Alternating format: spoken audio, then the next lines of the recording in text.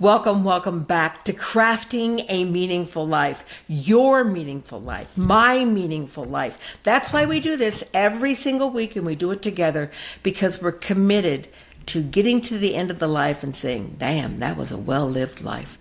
Not like, oh, I missed out. I think the worst of the human emotions, well, maybe not the worst. I think the worst is probably shame. But the second worst is regret. And that's not what we're going to be about. We're about crafting what we want in our lives. Most of you who watch this podcast know that one of my biggest mantras and the biggest focus of this podcast, if you would nail it down to one, it is overcoming fear and stepping into your authentic self. That concept of finding your courage, finding how to be brave. And bravery is what my guest today is absolutely about. She's written a book called The Bravery Effect, and she has researched this topic. You're not even going to believe how much she knows. So let's watch her now and welcome Jill Schulman. Welcome to the podcast. Oh, thank you so much for having me. Just even hearing like the title of your podcast and what you just said, I'm like, we are so aligned. We are soul sisters. I mean, everything, the whole reason I researched bravery and why fear holds people back is for that reason. I want people to look back at their lives and not feel that pain of regret, of not knowing, like, could I have done that? What could have my life have been? You know, fear just keeps us small and it prevents us. It controls our actions. And so as I studied positive psychology at Penn, I just became obsessed with why can some people step forward in the presence of fear and why are some people held back by it? So like I dove into the science and now that's what I'm known for, the science of bravery. So I'm excited for this conversation. I love that there's an actual science you call bravery. How would you define that science? I mean, like, how is it defined other than the word bravery? Well, I'll do two things. I'll define what is a scientific study or what is a scientific definition of bravery and just what does it mean to have the science of bravery. I'd say, first of all, when people think of bravery, as I speak to audiences all around the world on this topic, what most people think of when you think of bravery is they just imagine maybe a soldier running into battle or a firefighter running into a burning building. So their definition of bravery is very narrow. It's based on physical bravery. Mm. So what people think is bravery and what people think is the way to be brave is just do it. Don't be a wimp, right? It's not accurate. The real definition of bravery, according to top bravery researchers, specifically Dr. Cynthia Puri out of the university, or Clemson University, her and her colleagues have defined bravery as it's voluntary action in the presence of fear toward a noble or worthwhile goal. Would you repeat that one more time? Because I think that is such a great definition and it's so clarifying. Yeah. So it is voluntary action. So we choose voluntary action in the presence of fear, not being fearless. It's about taking that voluntary action in the presence of fear toward a worthwhile or noble goal. I can just simplify it for your listeners. Being scared and doing it anyway because it matters, because it's important. That's what bravery is. And if we think about that definition, it's not just physical bravery. I mean, whatever your noble and worthwhile goal is, what are the fears that are holding you back? And usually it's not physical fear. Usually it's emotional fears, fear of rejection, fear of failure, fear of being vulnerable. So bravery is much bigger than what most people think is very narrow, very, very specific. But bravery is for all of us. And that's why I became obsessed and said, this is so important for everyone. And then when you say science of bravery, well, what does that mean? This is the scientific study of what people can do in order to increase their bravery. Because what I found is I think a lot of people talk about bravery and talk about courage, and there's a lot of motivational speakers, and I love all speakers out there. I'm a member of National Speakers Association. I've seen a lot of great motivational speakers. But if someone just goes up and says, be brave, don't be a wimp, it doesn't help people go back and actually do it. So I studied psychology, specifically positive psychology, which is the scientific study of elevating your happiness and well-being. There's a study of that as well. And so what I bring to my audiences and my clients is evidence-based techniques based on psychology drawn from cognitive psychology, from behavioral psychology, and social psychology. So these are the things, when I say evidence-based, if you do the things I tell you to do, I have no doubt that you will be able to build your bravery over time. And it's certain because there's scientific studies that prove it. So that's where, when I say the science of bravery, we got to define it correctly. And the scientific study is, I'm not going to just tell you what I think you should do to be brave. I could say, I'm a former Marine, which I am. I'm a former Marine. To be brave, do this. It doesn't matter what I think. I go to the evidence. So as we were sitting outside this morning and having this coffee, I pulled up your website and I was showing him, and the quote on this website from you says, everything. So you didn't say most things or some things. You said everything. Everything you really want in life requires bravery. And I just stopped and I looked over. What did he say? What did he say? Provocative. I said, do you think that's accurate? And he thought for a while, and pretty soon he said, I do, Mary. He said, do you remember just 6 months ago when we were in Puerto Vallarta and you wanted to do one of these extreme adventures that include rappelling and zip lining and water sliding and riding mules up the side of the mountain? And I'm like, damn, I want to go with her.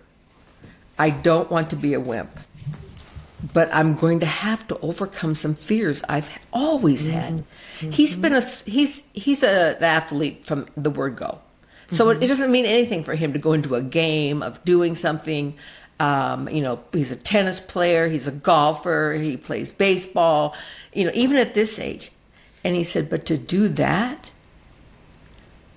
I had to dig deep and say, I'm going to choose bravery.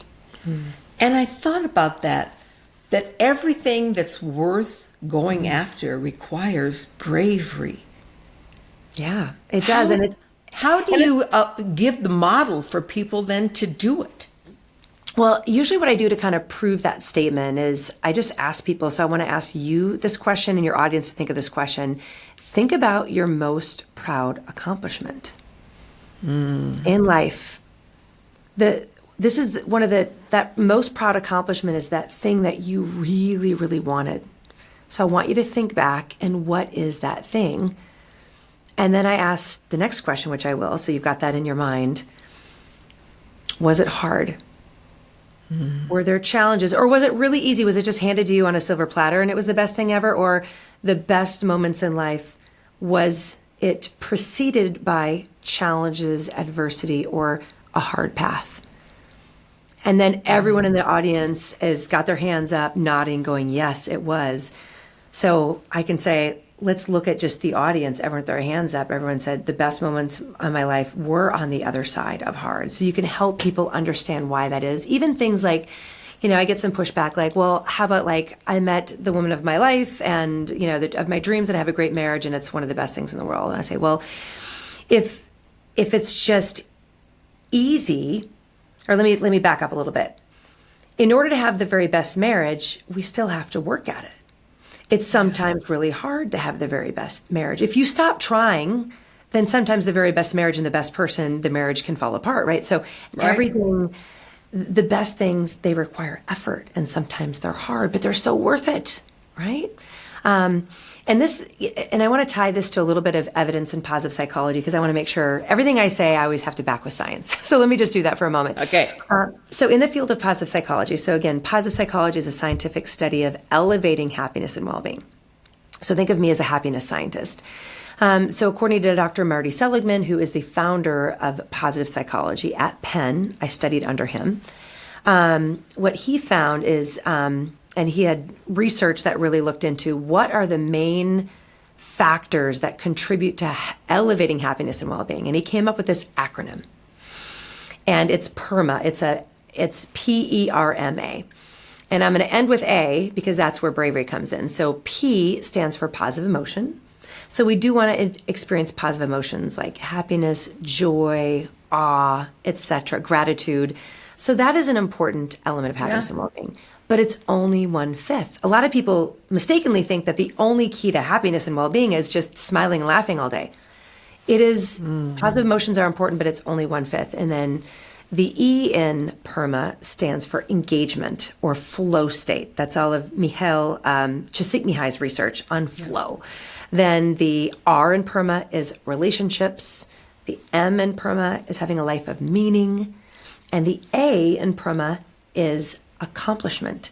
So based on this scientific study of all the things that contribute us to happiness and well-being, it's accomplishing challenging things as a driver.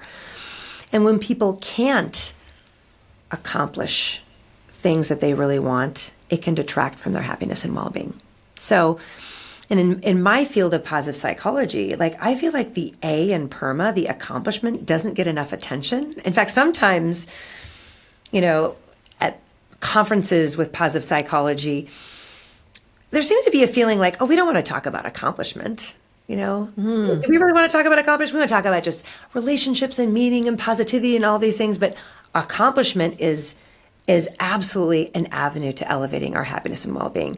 And in that specific way of achieving higher levels of happiness and well-being, it has to be challenging and it's going to have a hard path. So in that way, there's my scientific proof, I guess, or my scientific research that really backs up the claim is usually the very best things in life are on the other side of hard. And then to add to it, I feel like our current culture is just obsessed with wanting everything to be comfortable and easy, and that's going to bring them happiness. I mean, there's some psychologists that have talked about this culture of comfort or even coddling, and how that is the reason why we have the highest levels of anxiety and depression ever. Because when people just stay comfortable all the time and they stop, trying to challenge themselves, it leads to a lower mental state. So I want to help the world understand that I want you to identify something you really want that's a little scary in the best possible way, something you've always wanted to do, but oh my gosh, it's so scary to do. And I want people to move toward it because that is one of the keys to living your best life, right? Crafting a meaningful life, which is, what your podcast is all about. And when you set a goal for something that's really challenging, that is going to be hard, you can actually get, as I go back to the PERMA model, like if you're trying to accomplish something really hard, but you make sure it's meaningful, that's the M in PERMA. You're going to do it along with other people to form relationships.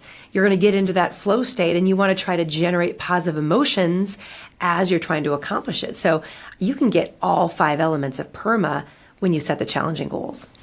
That's what I teach. I love all of that. When you were thinking about, you asked me that question, my first thought was, it was when I summited Kilimanjaro for a woman who had never hiked in her life, and for a woman who never owned a gym membership or had walked around the block even. And so that kind of a goal.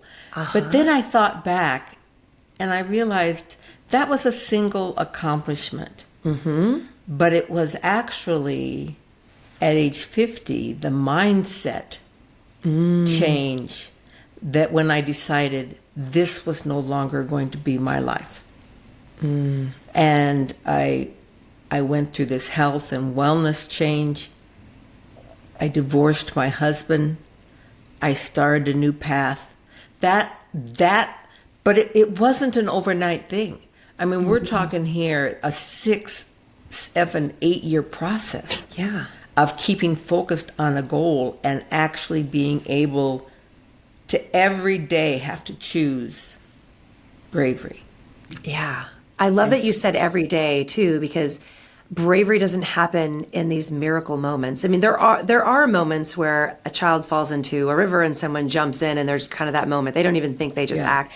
But what I like to talk about is exactly what your story is, of how you decide that my current life isn't the life that I want to live. I want something more. I want to accomplish something different. And then bravery happens every day. So I use the analogy of building a muscle when it comes to building bravery. It doesn't happen like overnight in just one moment. You have to work on it. It's like building a muscle. If you want to bench 200 pounds, you don't go into the gym and magically you're able to bench 200 pounds. At least without a spotter right there, or you're going to... You got to go in and you got to lift what you can. Yeah. And it should be uncomfortable and hurt a little. And then you're going to be a little sore. But what happens? You build the strength and you go back and you keep doing it over and over again. The same thing actually happens with bravery. You build bravery little by little, right? So for anyone out there that thinks, I'm just not a brave person. This episode isn't for me. I want everyone to know that this episode is for you, because anyone can learn to be brave. Anyone can.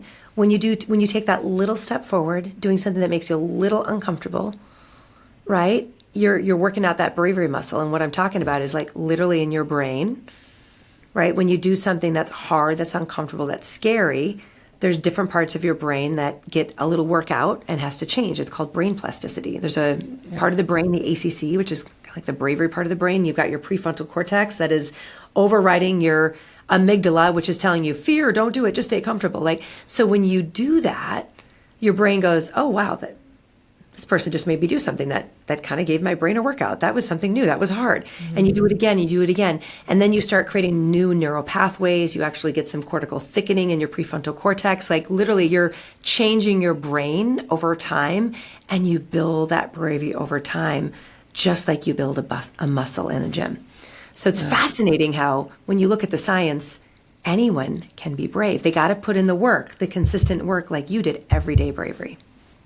You know, what came to my mind as you were talking, Jill, was, so we're sitting here on this podcast and we're doing this, both of us. I'm much older than you, but you're, obviously a mature woman. You're not in your 20s or 30s. You mentioned that you had children that were going back to college. And we have lived life. Mm-hmm. So we lived life from a point where we could say, I was at point A, but then I allowed myself and I pushed myself to get to point B. Mm-hmm. And now I'm at C. So I'm going to ask a very personal question then. Sure. Get ready. So what in Jill's life was at point A that allowed you to move to point B, that then inspired you to be at point C? Yeah. I'll tell you a little bit about my story, but I think every time I take a leap from A to B, B to C, C to those are all the moments that are the best moments. So my life journey started in the Midwest. I grew up in a little town in Minnesota, and I'm from Iowa. So you're from Iowa. Yeah. In common. I get that. Grew up in Minnesota and lived in a little small town, and a lot of people got a job and lived in the same small town forever. Yep. And based on my parents' example, I had great parents, a loving home, but they just weren't really inspired by their work. They went to work because they had to earn a paycheck, right? And I just felt like if I stayed in Minnesota, I would have that life. And I'm not judging anyone who has that life. A lot of people are very happy with that. Yeah. But I wanted something different. So that's why I decided to join the Marine Corps so that I could do something meaningful, which was a scary leap to get to be. So I actually applied for a full ride scholarship to go to college first. So I was lucky enough to get a full ride on the Marine Corps to go to college first and then come out as an officer. But so my A to B was literally getting on a plane, heading to San Diego, California, and reporting into my unit, which is at the University of San Diego. And that was not an easy path. I've got so many stories of how I had to show up every day and be brave, because it was quite a journey to earn the title of United States Marine, but I got through it. Absolutely. I mean, everyone knows the Marines are the bravest. The few, the proud. Now, my Navy SEAL friends are like, come on, Jill. I'm like, okay, you guys have it there, but out of the four branches, we do have a reputation of being the few, the proud, right? And that's why I wanted to join the Marine Corps. So I served in the Marine Corps for 5 years. And then, so think that is my B. And then I had met the love of my life, my current husband. He was the first non-Marine I ever dated. and he's the one I fell in love with. And I decided that I wanted to get to C, which is I wanted to be home. I wanted to start a family. And I decided that the military life, you can definitely do it, but it's challenging, moving around and deploying. And my husband and I were engaged a year and a half, and I was gone for a year of it, and it was hard. And I'm like, so B to C was taking a leap and going to corporate America, which, believe it or not, that was a really scary move. Like, everyone I hung out with in college were Marines, and then I was in the Marine Corps. So when you saw business suits, you're kind of scared. So for me, I had to take a leap to go to corporate America. But I did really well. I ended up interviewing with a company where the hiring manager who I first worked for was a Marine. So that was a good transition for me. He was a former Marine. So I was like, okay, this is going to be great. So I went in the pharmaceutical industry and had an amazing career. I worked in pharma, biotech, and then I went to a device company. So I had this great career. So think of this as C. But then I had a moment where I realized the life I had wasn't the life I wanted. And it really happened when I went to pick up my daughter from kindergarten. And I travel all the time. I'm career oriented. I'm always gone. I picked her up. I surprised her because I caught an earlier flight and I was home, and I picked her up from kindergarten on a Friday. And she's like, oh, mommy, look at the picture I drew of my family. Oh, boy. I wasn't in the picture. That was a moment where you're like, okay, this is a beautiful moment. I look back at this as a beautiful moment because it was my wake-up call. I needed something different. So C to D was, I need to do something different. So that's when I decided to start my own company, a brave leap there, so I could control how much time I travel. Now, I must say, it wasn't just the job. I tend to work a lot because I love the work that I do. So I'm always trying to balance things there. But so that's D. And like, after having my own company for 8 years, I want to talk about just when you get comfortable. So I had been comfortable, a leadership development company, working with amazing clients, me delivering leadership development classes that made a huge impact on leaders and results and all that. But after doing it for 8 years, I was just getting comfortable and I wanted the next stretch. And I loved reading and growing and doing all of that. So I decided to go back to school and study how do you elevate your well-being. So I just went back to, I'm 51 now. I think I was 47 years old when I applied. Can't remember the exact dates here, but I mean, I graduated from University of Pennsylvania, Master's in Applied Positive Psychology, like just a couple of years ago. And that was a stretch I needed. And then that made me realize, like, now I want to do something different and more. So when you go through a master's program, you do a capstone. And that's where I became so interested in fear and why fear. And then I started getting into bravery. And now I'm going for, I don't know what letter I'm on, but now I'm like, I want the next thing. So you guys, writing a book, speaking on the biggest stages, I'm doing a TEDx coming up. Like, this is all stuff that scares me in the best possible way. But for me to live my best life, I have to keep climbing the mountain. I have to keep finding the next summit. And it's really not about accomplishing the thing. It is about accomplishing the thing, but it's more about who you become on the journey.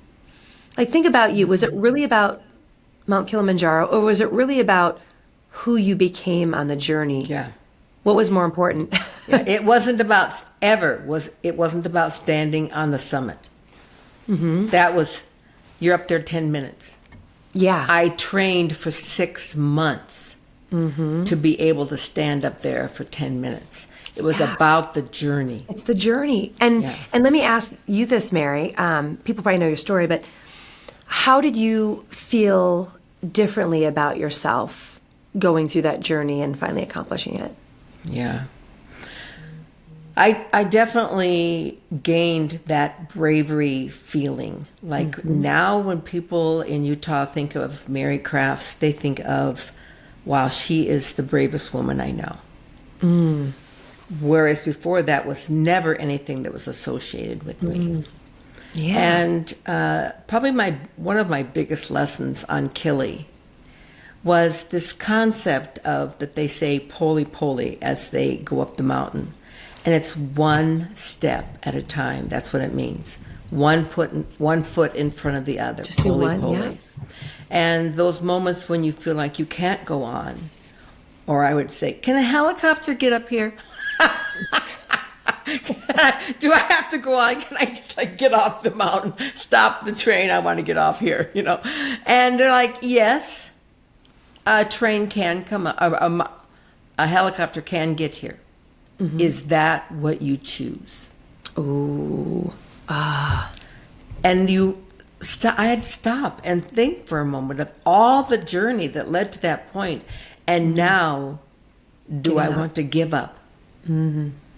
And then I'd say, no, I was just asking, just curious, but I choose to stay. But I probably did that 3 or 4 times on that final summit day. Can a helicopter get here? I want to dive into that. This is so fascinating. I love it. So what I'm seeing, Mary, is you see yourself now as a brave person. Taking steps each day is what you made you feel like, look at what I accomplished. You look in the mirror with pride. Your shoulders go back. You have more confidence. So that's what I love. The reason why the book is called The Bravery Effect is I love talking about the effect of bravery. So you chose to take, remember the definition, voluntary action in the presence of fear or discomfort toward a worthwhile goal. So in all those little moments, one by one, pulley, you had to decide, do I decide to step back?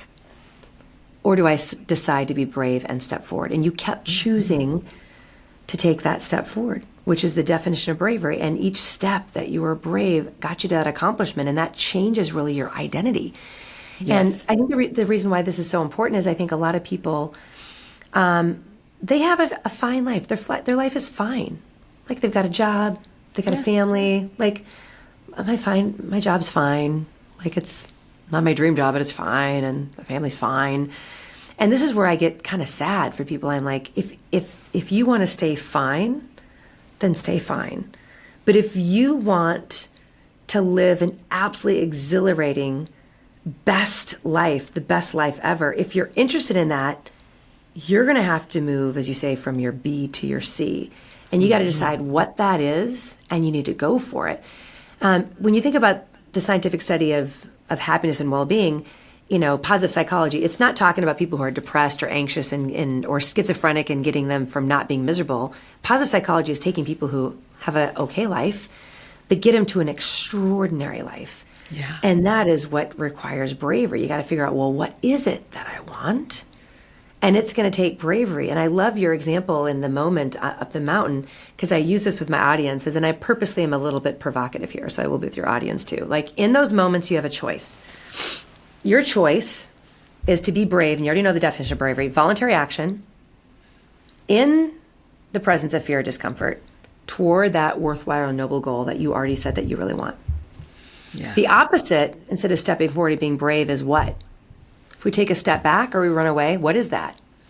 Yeah. It's cowering. I'm not calling someone a coward. I'm saying the action, though, when you run away from fear that holds you back from doing what you really want, that is stepping back or cowering. And when you think of it that way, for you said, I don't want to give up. You're like, I do want the plane or the helicopter to come get me or the train to come get me. I really do want that. But then you thought, well, but what is the opposite? It's giving up. And I don't want to give up. So sometimes when we put it in those terms, it motivates people to keep going. So you are what you consistently do. So I talk about everyday bravery like you. It doesn't happen in a moment. Like each day you got to take those steps toward what you want, whether you feel like it or not. So some people think that, I should feel motivated and inspired every moment of every day to do the things on the way to my goal. That is not true. Motivation is overrated. Yeah. You got to get up some days and you don't want to do it. Like this morning, I got up, I had to be on at 6 a.m. California time for a client in Chicago. And I hired a new trainer, and I'm paying him a lot of money to give me a plan. And I had to get up at 4:30 in the morning to get my workout in and to eat the right food, right? And when that alarm went off, I had to make a decision. Do I get up and do the uncomfortable, hard thing? Or do I press snooze or reset my alarm and cower, right? So it's in all those like little moments, we have those choices, and it adds up over time. As you talk about the Bravery Effect, I'm gonna stop talking because I'm sure you got more questions, but I get excited about the next idea. No, I love it. Think about someone's life trajectory and their happiness and well-being. If in every moment they have that little choice, ooh, I want to go meet this person, I want to go talk to this person, but you're at an event, a networking event, and you're like, oh gosh, they're not going to want to talk to me. I'm scared to go up to them, right? So you missed an opportunity to connect with someone. And then the next day you're at work and you have this great idea on an idea to solve the problem. You want to speak up, but you shrink back and go, I'm afraid of being rejected. And then a couple days later, there is a really tough conversation that you should have with an important loved one, be it a best friend or a family member. And you need to have the discussion and you're planning on doing it. And the time comes up and you're like, I don't want to be uncomfortable. I'm scared of how it might turn out. I'm fearful of it, so you don't have the conversation. And I could go on and on and on. So every day there's these little opportunities. Do you take that voluntary action in the presence of fear, discomfort toward the worthwhile goal, or do you step back and then think about the compounding effect of that decision over time on someone's career? I usually speak to corporations. We talk about how overcoming fear or bravery can help us accomplish goals and drive the bottom line. So if we just think from a professional point of view, how someone's career would be if they consistently cowered and these are the people that are at work that are like, I'm bored. I just have a job. Another day, another dollar. It's another day, and I hate my work. Well, I have to say, you got to look in the mirror and like, you are part of the problem, right? You're not being brave. You're not stepping forward. Someone can take control of their career, and their career trajectory can be very steep and high and go up if they choose to be brave. It can be very flat. And then just as you talk about in your life, like if you want to craft a meaningful life, you want a highest level of life satisfaction, you've got to, in all those moments, make the brave move. Don't cower, because your life satisfaction, you talked about regret and the pain of regret. If you want to look back on life and say, wow, I had the most amazing life, it requires bravery consistently. So that's why I care so much about it.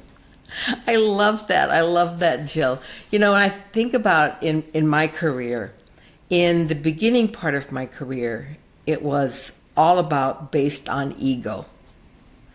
I found myself doing brave things, but it was because of ego. Because my ego said, well, you will be the best, you will be the largest, you will be this, you will have these clients, because that makes me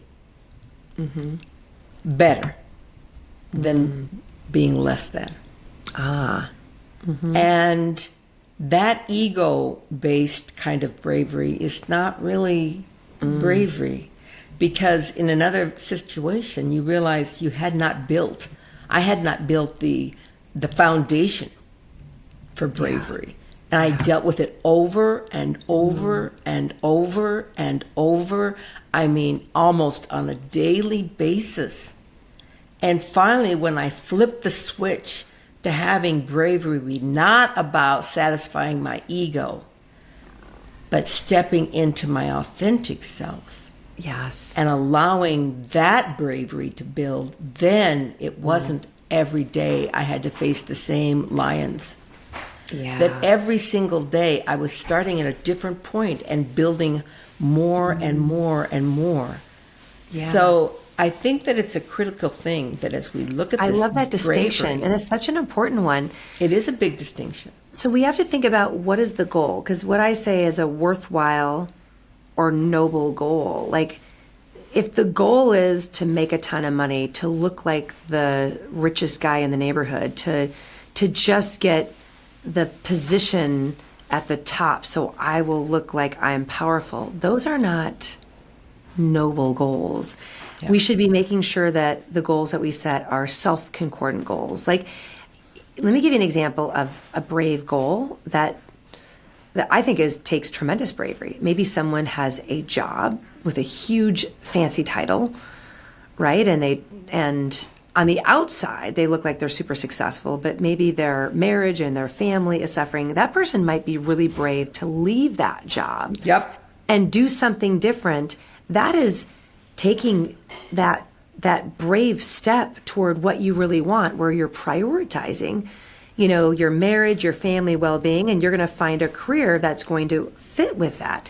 Yep. So not just climbing the corporate ladder, it's got to be that self-concordant, which you say, it's stepping into your true self. So we've got to make sure that we're doing the goal-setting process, that they are self-concordant. They're the goals that are not ego-driven, that they are the meaningful things, as you say, meaningful life, the right things. So I'm so glad you brought that up. Yeah. Well, Jill, it has been absolutely delightful to have you on. And so at the end of the podcast, we've included the links of where to buy her book on Amazon, and her website, and her LinkedIn profile, and all those things you can connect with Jill, and your Bravery Effect. I love that word effect is so powerful because, and look, you've used a mountain. I've used the mountain. Yeah. And that could absolutely be Kili, because Kili is a single mountain. It's not in a range. It's not in a mountain range. And so it's a single mountain. And so you have nothing distracting you other than that mountaintop. Yeah. Well, and if people do choose to buy the book, a couple things is what we didn't talk about is how. So in the book, there's strategies on how do you build what I call the warrior mindset or the brave mindset. So it's cognitive psychology strategies. Number 2, behavioral psychology strategies to take a step on shaky knees. And then social psychology strategies on how to surround yourself with people that will encourage you. So, and it's all written as a parable. So it is, in fact, it says it's like a parable teaching the science of conquering fear, achieving more, and living life to the fullest. So I love parables. Like I love, so many business parables. So I just want it to be, it's very informational, backed by science, but also like an easy, fun read for anyone. So thank you so much for having me on. And just something for your guests as well. If anyone wants a free bravery assessment, they can just go to my website. It's just jillschulman.com. And it allows them to really assess, like, where do I really need the most work? Do I need to do more of these cognitive, psychology exercises? Is it the mindset that I really need to work on? Is it the behavioral side? Is it the social side? So I have a free assessment and a free brave action item if anyone goes to my website. So just something free for your listeners. And don't be afraid to take it. No one's going to be judging you, grading this. This is just so that you can have a mark that says, this is where I am today. Yes. And either I am very comfortable with that, or I know that there's more for me to step into. Yeah. And at this age in life, Jill, I'm not done. I know that there are still more things that I will step into. They may be different things. As you retire, will my money last, especially with inflation? And they might be different things I'm being brave about. Mm-hmm. They might be, what happens when I'm no longer as visible and as perceived important as I am now? Mm-hmm. How do I sit with just myself? There are whole bunches of different things as you age that take bravery to step into. So no matter what age you are in life, you might as well find out where you are and take this assessment. I love it. I'm going to take the assessment. Yeah. Okay, great. All right. Well, fantastic discussion. I have met another soul sister. Like, we're speaking the same language. We're teaching the same things. We just have a little bit of a different angle on how we do it, but it's the exact same thing. Like, what we both care about is we just want people to live their best life. And you can't just stay in a rut, keep doing the same things if your life is just or okay. Yeah. So choose to have an extraordinary life. You can do it. It's going to require bravery, but you can do it. And with listening to you and what I have in the book, I mean, it gives people a path to get there. So thanks for having me. It does. It's a path to get there, and not settle. I love this, Jill. And when you come to Utah, let's see each other. I will. I will text you, and I would love to go on a hike with you. I don't know if I'm going to be able to keep up, but I'm not scared. I'll be Oh, brave. honey, no. We're talking. There's over 20 years difference between us, so you'll have no problem keeping up. You know, one thing is Utah is one of my favorite places on earth. I love Utah for so many reasons. Like Zion is my favorite national park. Yep. Most national parks I don't go to a second time. I check it off the list, but Zion is one that I keep going to. Angels Landing, Narrows, all of those. Yeah. Like, it is my happy place. So I will be back to Utah a lot, and I will text you because I know someone who is not scared to climb those things with me. Yep. And if we really are brave, we'll ask Jen Drummond to come with us, who's climbed the 7 summits. And then we would be really challenged. Yeah, that's okay. I'm ready. We'll just say we step by step here. We're going to take a step with you, but we're not going to climb. Poly. One step at a time. Yes. All right, my friend, thank you so much for joining us today and teaching us about crafting a meaningful life. And until next time, my dear listeners, namaste. I see the divine in you. Crafting a meaningful life.